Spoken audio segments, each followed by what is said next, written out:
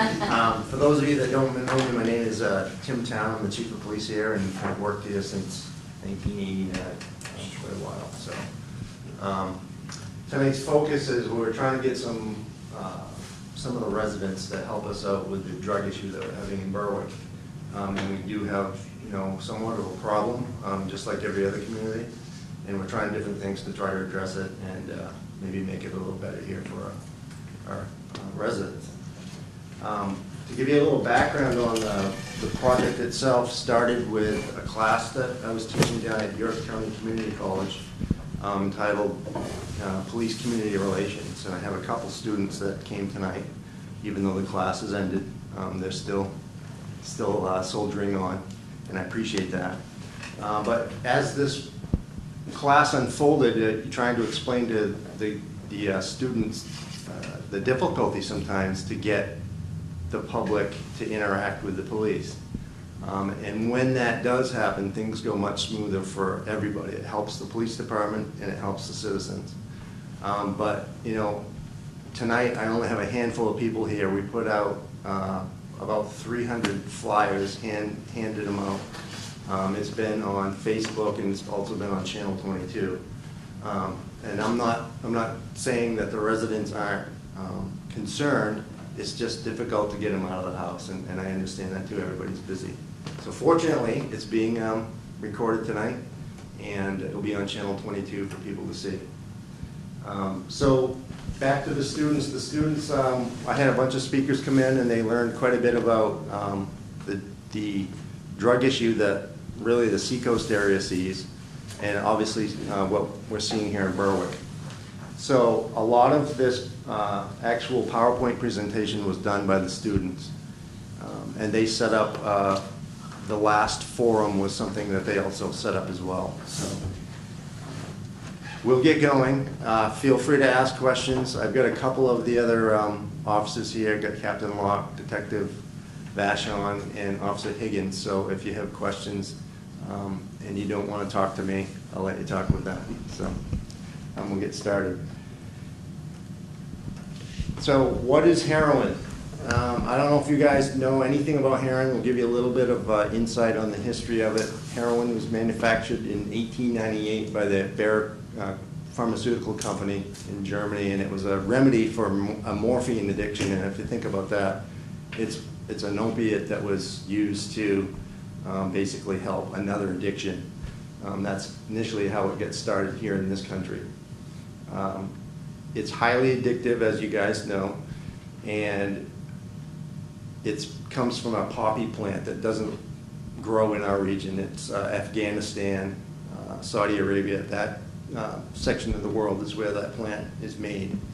And opium is like a abstract from that, the poppy plant. So you hear me say heroin a lot, and I have to tell you that you can see heroin is crossed out. The reason why that's crossed out is we aren't really seeing heroin. Initially we were seeing heroin, that's all we were seeing as far as the narcotic end of it. And it's been switched to fentanyl. We'll talk a little bit more about why that happened, but when I say heroin, you can intertwine that with fentanyl. Truthfully, what we're seeing now in our area is all fentanyl. It's more potent, and where it's more potent, it's more addictive, and it's also more volatile. And I think that's where you're seeing most of our deaths. So is it pure? When you hear heroin, now heroin or fentanyl, even the fentanyl is cut. It's mixed with other substances. The issue with that, when they mix it, the actual,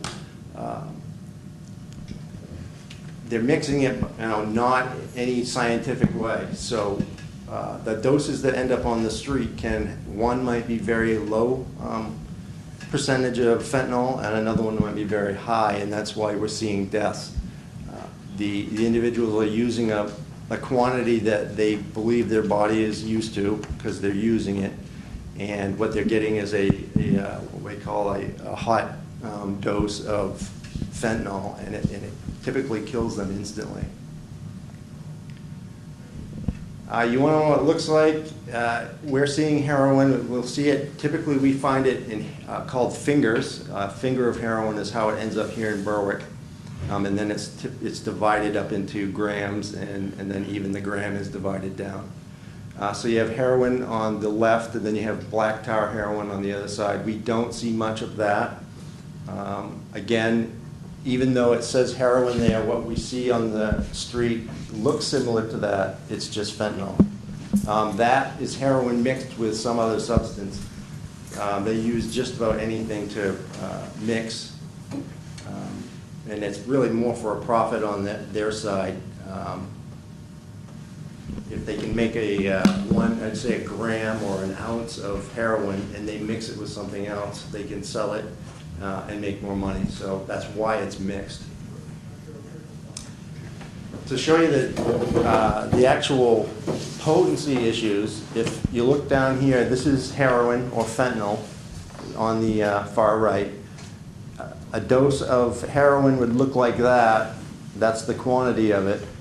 This is what it would look like if you use fentanyl. So imagine a person that's used to injecting or smoking or snorting this much when they end up getting something that's so potent that they only need this much, and they're not aware of it. So they'll actually ingest lethal doses because what they thought was heroin is actually fentanyl. Why do we see people using it? There's a number of reasons that happened. For the most part, when we first started seeing the problem here in Berwick, it was people that were addicted to pills. We were seeing a tremendous amount of Oxycontin, oxycodone pills.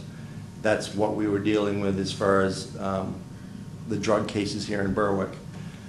As society realized that those pills were highly addictive, they became more difficult. The doctors realized that they were so addictive that they reduced the amounts and quantities that they were prescribing to their patients, which kind of dried up the source of pills on the street. When somebody's addicted to the pain pills and they can't get those pills any longer, one of the remedies was heroin. They were introduced to heroin. So we slowly saw initially pills in Berwick went to heroin, and now we're seeing fentanyl. We see very, very few pills. I don't think we've seen a pill case, in the last year or two? Yeah. So there's a number of reasons that they use it. Really, some people use drugs. Obviously, you've heard the term recreational. They use it because it's something they want to do basically on the weekend. The problem with heroin or fentanyl, it's so addictive that their intentions of using it, as a recreational drug ends up being something they become addicted to. There's no typical person in heroin. We're seeing individuals literally that are your next door neighbors. We've had cases where families had no indication whatsoever here in Berwick, and the person ends up dying of a lethal overdose of heroin or fentanyl. And we see people that hold regular jobs, go to work, have a family, and still have an addiction issue. So it wasn't one type of person. It's literally anybody at this point, and there's a lot of it. So it affects really all walks of life. No typical drug user. It's everybody. Just some statistics. Heroin has become the drug of choice for 50% of the teens between ages 13 and 15. So heroin, what we were seeing as heroin is now fentanyl. But it's become so prevalent that instead of beers, kids are using things that can kill them. Not that drinking can't, but they're playing around with a drug that can kill them instantly. There's a number of reasons why they might start it, peer pressure, things of that nature. We have seen what they call farm parties. Excuse me. Let me go back. There they are. Pharmaceutical parties, or Skittles parties is another term they use, where literally the kids will raid their parents or their home medicine cabinets, take whatever they can find. They go to a party location, somebody else's house. They throw the pills in a bowl, literally, and they take a couple pills and just swallow it. They have no idea what it is they're taking. You can imagine how bad that can be, but that's something that does happen. Skittles parties or pharmaceutical parties. Again, the pills were so prevalent for a while because they were being prescribed so often that the kids could find this stuff. Prescriptions that hadn't been used by a family member sat in a medicine cabinet, and that's how these kids or people get introduced to heroin or fentanyl. Let's see. In the 1960s, we were seeing that most people started using heroin prior to using anything else. What we see now is people were introduced to heroin because they had introduced to pills. In the 1960s, we really weren't prescribing pills, or Oxycontin or oxycodone wasn't prescribed that often. So people that used it typically started it, again, as a recreational thing, and it's highly addictive, so they became addicted to it. If you can see down at the bottom, 90% of the first-time heroin users, or fentanyl, are white people, which is kind of odd, and 560,000 people used heroin last year. Think about that. Over 500,000 people used heroin. Some of the signs, as far as if you have a family member or you know somebody that might be using heroin, this here will indicate things that you could look for. Burnt spoons, tiny bags, whitish powder in the bags, spoons with dark sticky residue, almost like dried up syrup, only a little darker. Syringes, obviously. Believe it or not, we're finding syringes fairly often now right here in Berwick on the side of the road. We get calls probably once or twice a week now where people are walking or jogging and they're finding hypodermic needles on the side of the road. So, rubber tubing, again, they use the tubing to tie off their arm when they inject heroin. Some of the things you'll see when they become addicted: slurred speech, constipation. That's one of the things that is a side effect of the Oxycontin and oxycodone pills. So fentanyl or heroin does the same thing.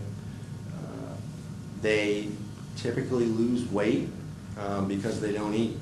Their body is just craving the drug and food, and is not it's not in the brain at this point as a drive mechanism. The drug typically is. What you can look for physically on the person: tiny pupils, sleepy eyes. We call it the nods. You're talking to somebody and you see them nod off. This isn't somebody sitting in church that's listening to something that they get tired of listening to. You're having an active conversation with somebody, and all of a sudden you realize that they're just taking a nap, so to speak. We call it the nods. We see it lots of times. People that we have in custody literally will be in our booking room, and you'll see them just nod off. They go to sleep. And if you think about that, they're in a police department, they're in custody. It's not nappy time. It's not, mentally it's not nappy time. That's just their body reacting to the fentanyl or heroin. Slow breathing. Lots of times people that end up having overdose issues or die, you'll hear family members or friends say that they thought that they were snoring, just sounded funny while they were sleeping. It slows the respirations down, so that's another indicator that you can look for. Where does it come from? How does it end up here in Berwick? Most of the fentanyl, which is what we're seeing now, originates in China. It is transported to the Dominican Republic. They in turn get it to what we're seeing. Almost all of ours comes out of the Haverhill, Lawrence, Lowell area of Massachusetts. The Dominicans are really the people that are selling, and they control the drug market for heroin and fentanyl in our area. And we've dealt with them. We've had a couple cases here where individuals, Dominicans that are in the country illegally, have been deported and returned again. So sometimes you hear these things on TV, that stuff does happen, and it does happen around here. One of those cases is still ongoing. It's a federal case. He's awaiting sentencing. So, and that individual was getting drugs to Berwick, Maine. It does happen. So from the Lawrence, Lowell, Haverhill area ends up here in Berwick. We call those people day trippers. That term there is, what these people are doing is they're running back and forth between Berwick and Lawrence in that area. They're picking up quantities of heroin or fentanyl, and they're selling it here. So they'll pick up what we call fingers, and I'll show you a picture of that in a moment, but fingers of heroin. It's a larger quantity. They pick it up in Lawrence, they bring it to Berwick. It gets broken down into smaller quantities to sell. The people that we're seeing here in Berwick, for the most part, aren't really selling for monetary gain. They're selling for a way to support their habit. This becomes very expensive. People starting out, like the recreational users, are using like 0.2 of a gram. And we're seeing people at the end of their process using 10, 15 grams a day. So to support that habit, they need money. And the way they end up getting money is by selling the drug to other people. The cases that we see here, when we do arrest somebody for trafficking, that doesn't really slow down the amount here in Berwick. It does help, but it typically backfills fairly quickly. In other words, if I'm using heroin and my dealer gets arrested, I still, because I'm addicted, I still need to find that heroin. And you'll hear these people instantly when they realize that their dealer's been arrested or is no longer dealing. They're on the phone and getting connected with somebody else because their body needs that drug.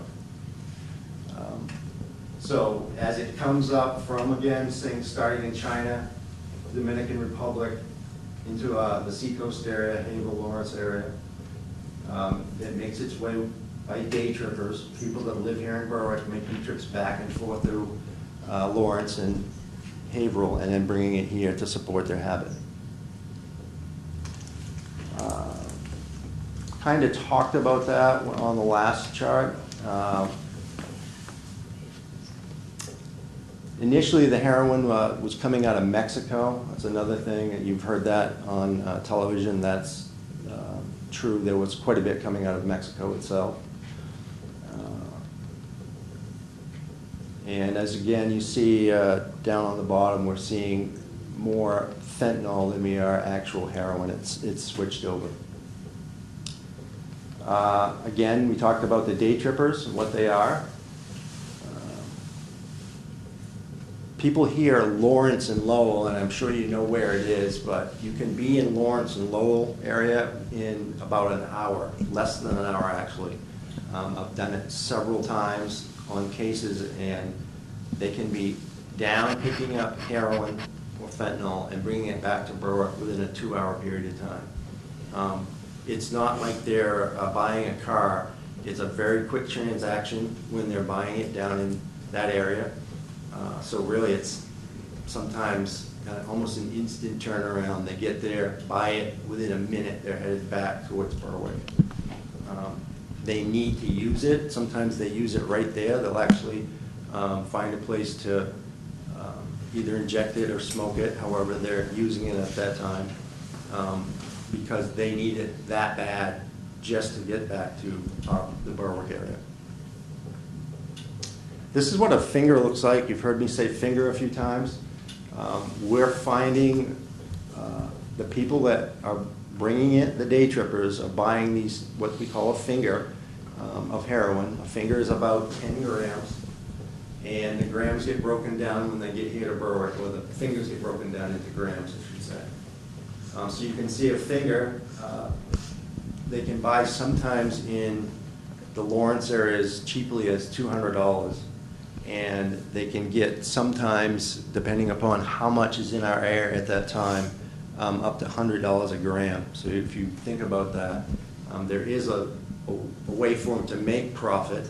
However, that profit is being really consumed literally because of their drug addiction. This is Maine statistics, and it's really, if you think about this, it's a serious issue. 2015, you're going to see an increase. In 2015, 272 deaths attributed to drug overdoses. And this is coming from the Chief Medical Examiner's Office. In 2016, 376. 2017, 418. So you can see the death rate is getting higher. Most of the reason is because of the actual potency of the drug. Again, heroin, which was something their body could tolerate, is switched over to fentanyl. It's much more potent, and that's what's causing the deaths. Just in Berwick, and this is bring it home to where we live, since 2015 in Berwick, we've had 6 overdose deaths. So think of 6 residents in Berwick, physically inside of our community, have died here because of drug overdose. I can tell you that's probably 2 to 3 times larger than that of people that lived in Berwick but died outside of our community. In other words, a resident, say, dies in Dover. The 6 is just people that are Berwick residents that died here.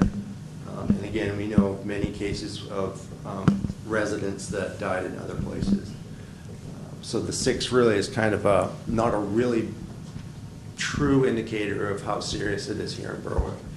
I can tell you this moves quickly. I can tell you the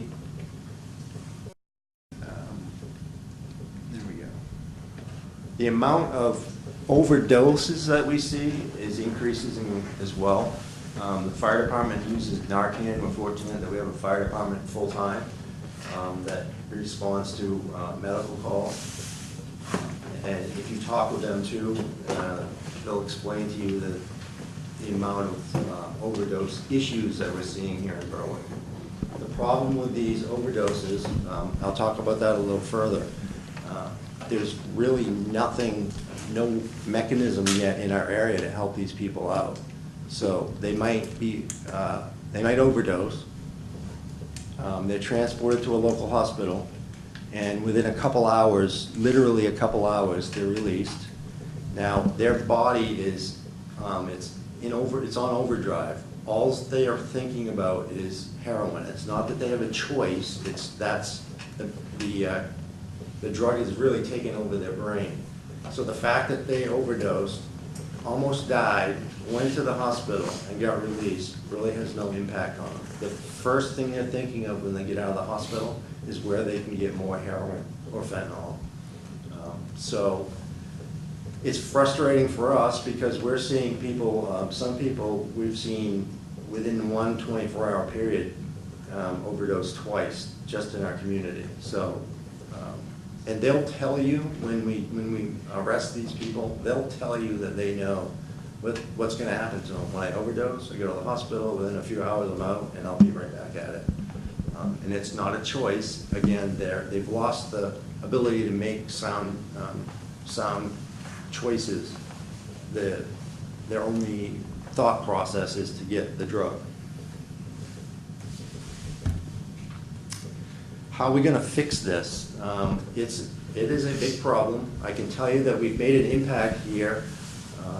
In about an 18-month period, we did 15 trafficking cases. That's people selling the narcotic. The problem with our area is we don't have resources to help these people out. Like I just explained to you, they go to the hospital. The hospital really doesn't have, isn't set up for the rehabilitation part of it. They make sure that they're stable and they're released, but there's nothing, there's really no place for these people to go after that. Keep in mind, they're constantly looking for this drug. So without a mechanism in place to actually provide help, and most of them want help when you take them into custody, it's really the same story almost every single time. You'll look at somebody that, some people I've seen grow up here in Berwick, you know, go from Little League to literally crying and telling you that they can't stop. They have no place to go, and again, they articulate that they know what's going to happen. I'm going to go to the hospital, I'm going to get released, and I'm going to go back out and look for more of this narcotic. So it's going to have to be a three-legged approach in order to really make an impact. You've seen societies change now from using the term addiction. We're actually looking at this problem as more of a disease. And if you talk to enough of these people that are addicted, you'll understand that there is much more going on than just an addiction. It's really, it completely overtakes these people. They again have lost the ability to make a decision to stop. They need help to do that. So law enforcement plays a part in it, obviously. Treatment is where we're lacking. In education, we're fortunate that we have an officer that's in the schools that teaches DARE, but education as far as adults in our society need to be educated as to you know, just how serious this issue is. And just because it doesn't impact you like physically that day, you're not impacted, I can tell you it impacts the society around you. We see a lot of theft, a lot of the violent crime that does impact your quality of life. So it may not touch your family, but it really does impact your family. It impacts your quality of life.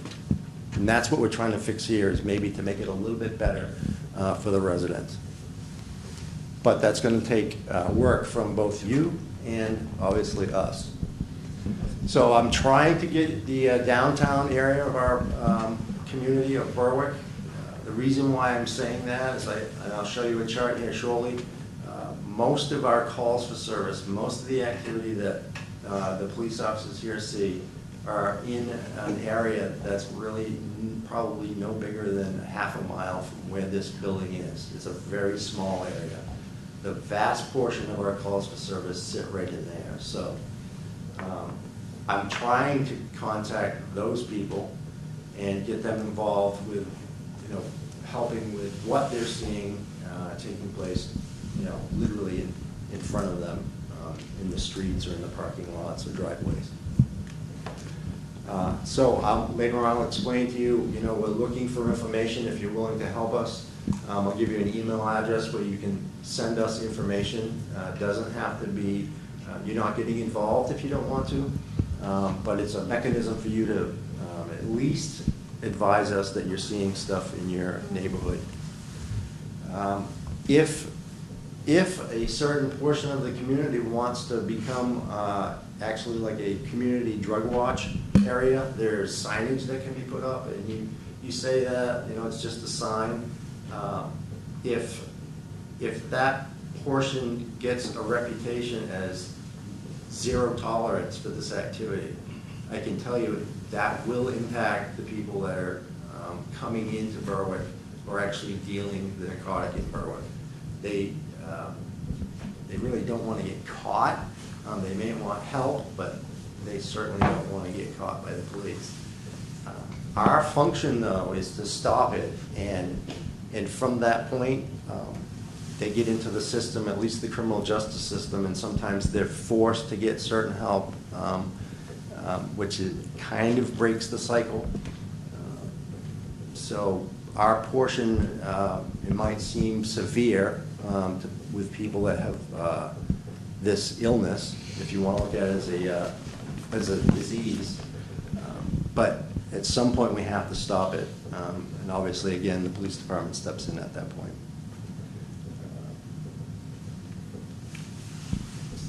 We've talked about it, again, it's a social issue. It's not just a certain group of people. It's affecting everybody. Addiction or substance abuse disorder doesn't discriminate. It doesn't pick just one group of people. It can be anybody. I'm going to take a second. There's a few residents here. I just want to, if you have anything that you would like to say at this point, anything that you're seeing in your neighborhood that you want to mention to us, or any ideas that you might have, I'm more than happy to listen to what you have to say. I realize that there's not many citizens right here in this room tonight, but the people that are watching this at home, if you have an idea or you're seeing something that you don't understand, please pick up the phone. We're here to help you. We'd like to work with you. And, you know, sometimes the ideas that you people have are exceptional ideas that don't fit within what our police officers think or what I think. We think of the law enforcement end of it. You may have an idea that assists us or assists these people with this issue. But saying nothing and doing nothing, we're going to end up in the same place. We have to try to do something differently if we want to make a better impact on what's going on here. We're seeing people once they're addicted. We know who's using it. We know who's addicted for the most part, and we're seeing repeat offending. Not that they have a choice. It's not like they're going out and they want to do something wrong. Again, they've lost that reasoning ability. But it is illegal. So we're seeing these people that are repeat offenders. They may have been arrested or may have been in court several times for either use or possession, and many of them trafficking. It might sound abnormal for these people to be in and out of the system, but there's no way right now to help these people. We don't have the resources.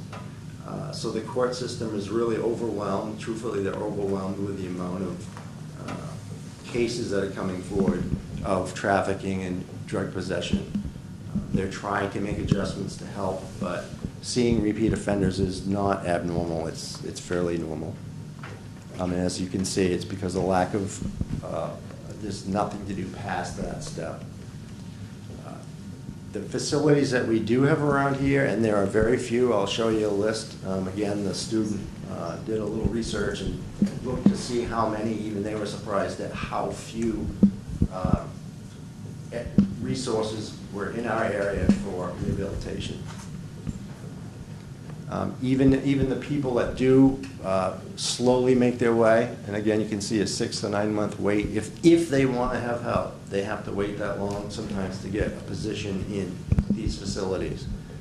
Once they get done with that process, they're sent back out or back home, and a transition facility, like a halfway house, if you want to call it that, would be another step that would help break the cycle of this substance abuse disorder.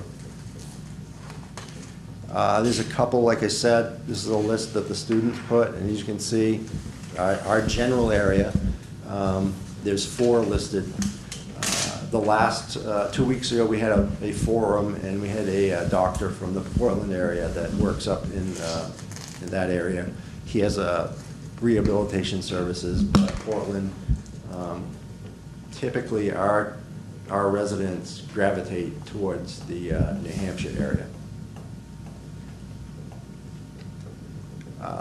Looking at what Berwick looked like in 1870s, that's an actual picture of Berwick and Somersworth. This is the river right here. You can see population increase. Obviously, the population has changed. We're trying to make an impact on our, not necessarily just one area, the whole town of Berwick, but we're focusing on this portion of Berwick right here. This is where most of my calls for service are, is about a half a mile from where that dot is right now, this area. If you think about that, that should indicate that we have a problem there. The reason why I'm asking for help, if I did a little math, you can see the population of Berwick, 7,514 people. We have 12 full-time officers. That's 1 officer for every 626 residents. If you look at our scheduling, we average having 2.79 police officers at one time. So the average that we normally see is 2.79. Some shifts are higher, some are lower. If you think of it that way, there's 1 officer for every 2,693 people. What that looks like is this. That little dot there is the police officer, and this is the amount of residents that he's really responsible for during his shift. So if you imagine if I can get that dot, even if I can make that dot bigger by 2, obviously it's a bigger impact that we can have on this problem. That's why I'm trying to solicit help from the public, kind of like a force multiplier, if you want to think of it that way. Again, I told you where our majority of our calls are. The actual percentage was 71%.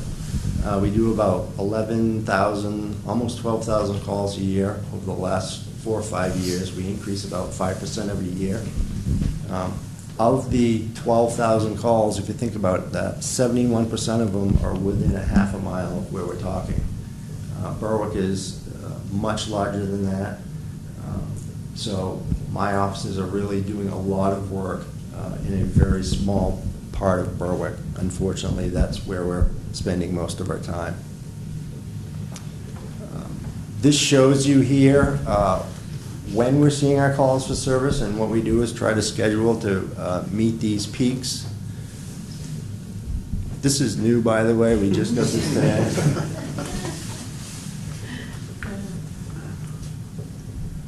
Back to this. This is a Saturday night, Friday night, Thursday night, Wednesday night, Tuesday, Monday, and Sunday. You can see, and this is over several years. What I did is took the calls for service and broke it down, so you can see this trend. When we schedule around the peak times to make sure that we have officers on during those high points. Again, though, think about it. 2.79 for 7,500 people. There's only, think, 2.79 sets of eyes. Almost 3 sets of eyes. If I can double that tonight, I've got 6 sets of eyes watching what goes on in your community. Again, we're just trying to solicit information and help from you people. Why are we doing that? You see much more than we do. People typically are on their best behavior when the police are there. They don't do a lot of drug dealing while we're in the area. So we're not asking you to change your regular routine. We're not asking you to do anything differently. What we're looking for is if you can just be a little more conscious of what's going on around you and take the time to give us that information. And I'll explain how the different levels that you can take. You can do it anonymously. We'll take any information that you can give us. But if you want to get very involved, you know, and become an actual witness, we could talk about that as well. But we're trying to get you to be a little more interactive with us. We'd like to work with you, not at you.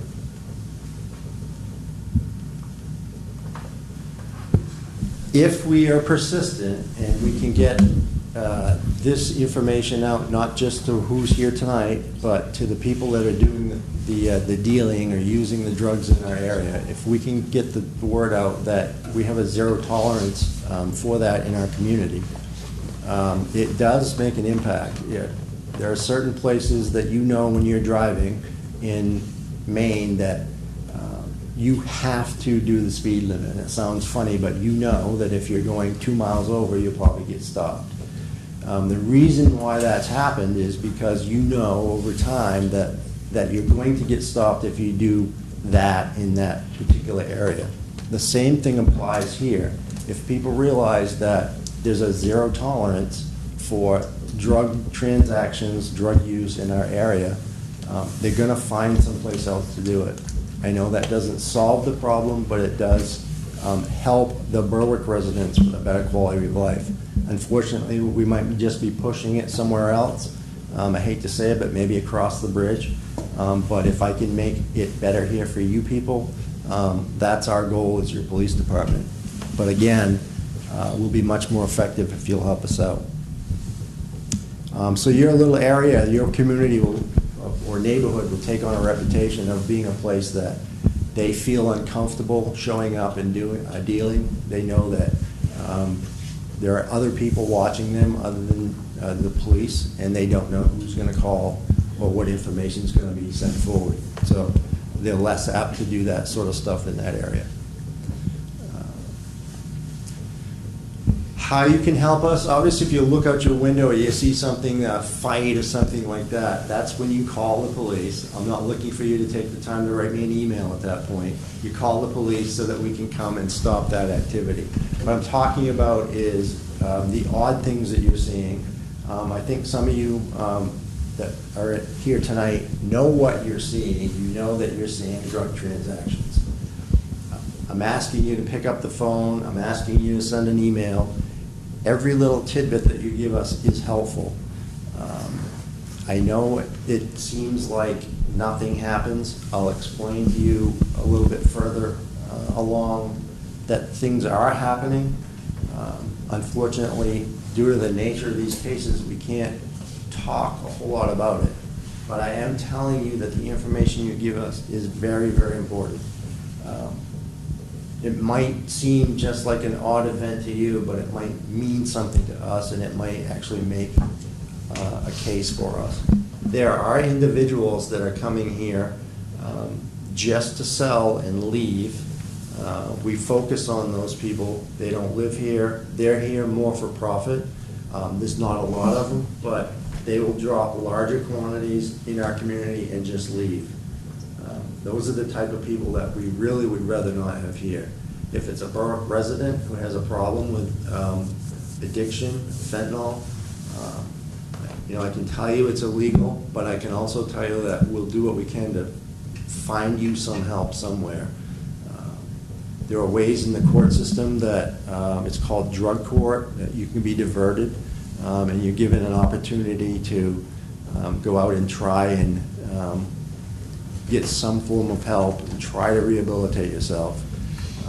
That criminal conviction or that charge would go away if you can find that help and follow through with it. So there are a few things that we can do with you, but I'm telling you that the help that you give us is to drive out the people that are coming here with one goal, and that's just to drop quantities of drugs to be disseminated amongst Berwick. How you can do that, I'm going to give you just a simple email address. Again, you don't need to tell us who you are if you don't want to. I know you'll have an email address at the top. If you don't feel comfortable doing that when you leave, I'm going to give you some forms that you can fill out. You don't have to sign it. You can drop it, slide it under our door. You can drop it off with our secretary. You can drop it off at the town hall. It'll make its way back to us if you don't feel comfortable being the person that came forward with the information. But we still need you to talk to us. Even if you want to remain anonymous, please send us the information. Please send us the things that you're seeing. If you see something, document it. If you're looking at your window and it seems odd to you, it is probably odd. Again, I'm not asking you to go out on patrol at night. I'm not asking you to go out with your flashlight or check registrations on vehicles. I'm just asking you to document or think a little further about what's going on beside you. And again, you don't have to become an actual witness. You can just give us information. If you want to get involved and become a witness, meaning you're going to go on record as saying, I, Joe Smith, saw this event, and I'm willing to talk about it in court if necessary. We're never going to put you on the spot. If you tell us you don't want any more involvement, that's fine, that's where it ends. You're going to drive how involved you get. We're not going to release your name. We don't want you known in the public as being somebody that talks to the police in that form. I want you to talk to us, but there are obviously people out there that don't want you to talk to us. And I can understand if you feel uncomfortable getting involved. I do appreciate that, and we do our best to make sure that you're not targeted. I guess that's the only way I can say it. People don't like to be quote-unquote ratted out, and if you become known as somebody that's constantly providing information to the police, that honestly, I have to be truthful with you, that could cause concern for you maybe. I don't want to scare you away. I'm asking you for help, but I'm going to be upfront with you. In not all cases does that happen, but it could happen, and I would hate to have you people do something that would cause you any harm in the end. Again, as you decide whether or not you want to become involved, there's a process that takes place. I'm sure many of you know the court process, but there might be times when you would very rarely but have to testify if you gave us information and you chose to be a witness. There's a very small possibility that you'd have to testify, but you may go on record if you choose to, and your name and information would show up in that case file. The problem is, and I can appreciate frustration that the residents have, is they think nothing's going on, and I want to tell you that's not true. Unfortunately, the cases many times don't allow us to talk openly about what's going on. If I arrest somebody here in Berwick that, say, has one finger of heroin on them, they may be able to provide information to us that we work with Maine DEA, New Hampshire DEA, and federal DEA. We actually work our way up the chain. When I talked to you earlier about the Dominicans that we've had contact with, they lived in Lawrence, but they were getting fentanyl and heroin to Berwick. So a person that has a finger of heroin obviously didn't make it themselves. They bought it somewhere. And if they're willing to talk to us and give us information, we use that to continue with the case. That means that you might call me tomorrow night and say, hey, I saw this happen in front of my house. This is what I saw. And that seems to be the end of it. And I can see where you get frustrated. I can tell you that that little piece of information might be the one thing that we needed to progress further. The fact that somebody that's in custody is willing to talk with us and help us kind of prohibits us from coming back to the general public and saying, hey, here's what you helped us do. Unfortunately, it's somewhat secretive, I'll use that term, but we are just as frustrated as you are when you feel like nothing's happening. I can't look at you and say, yeah, no, something is happening. We're doing X, Y, and Z. I can't tell you that. I can tell you that for those that have approached us, that information is not discarded. It's not looked at trivial. It's not trivial. We take that. It's an important piece of information. It might sit in a case file, or it might sit there for a year, and a year later it becomes an important piece of information. I'm just asking you to get us that information. And again, unfortunately, for the most part, we can't talk about what takes place. There are times at the end of a case, if it's resolved and there's no further to go with the case, that we can disclose what happened. If you're involved with us and you're giving us information, even if you don't want to go on record, we'll get back in touch with you at some point if it's a case that we can, and give you some, we'll give you the information as to how that case progressed and what happened. I talked earlier about the 15 cases that we did in 18 months. 5 of those were federal cases, meaning these people, it was interstate trafficking, serious cases. They went to federal court, and this is all stuff that kind of started here in Berwick, Maine. So the fact that it doesn't appear things are going on, I can tell you it's our priority. My guys are very cognizant of the issues that we're having here in Berwick, and they focus on that. Truthfully, it's a priority for us, and we take it seriously. If you want to continue to be involved with us, we can bring you back in. I hate to have meetings that nobody attends, but I know that getting some feedback is important. Us giving information to you, what we can, but more importantly, what you can give us in return. You might have that idea that we haven't thought of. And we'd like to have a more of a partnership with the people that are frustrated in the areas of Berwick that they're seeing all of this activity take place. We'd like to have a partnership, even if it's only of a couple of you, that you can understand that we do see what's going on. We do need some help, and you can help us. Simple email, if you take the time to send us an email.